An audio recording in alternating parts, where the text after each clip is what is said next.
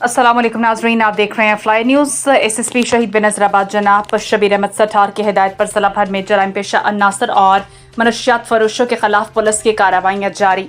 थाना बांदी पुलिस ने कार्रवाई करते हुए मुलजिम इंजमाम हुसैन उर्फ नोमी सोमरू को गिरफ्तार करके इसके कब्जे से 4 पैकेट Z21 गुटखा सुपारी बरामद करके मुकदमा दर्ज कर दिया। थाना काजी अहमद पुलिस की 4 मुख्तलिफ कार्रवाइयों के दौरान 7 मुलजिमान गिरफ्तार। मुलजिमान के कब्जे से 1050 ग्राम चर्स, 2 अदद असलहा, 30 बोर पिस्टल, 50 अदद गोलियां और ZX गुटखा सुपारी बरामद।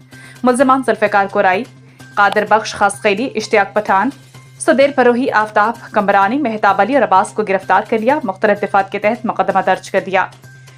थाना ताल्लुका की हदूद से चंद रोज पहले चोरी होने वाली वैन को पुलिस ने टेक्निकल बेस पर कार्रवाई करते हुए थाना पीर वसंत जिला खैरपुर की हदूद से बरामद करके असल मालिक के हवाले किया।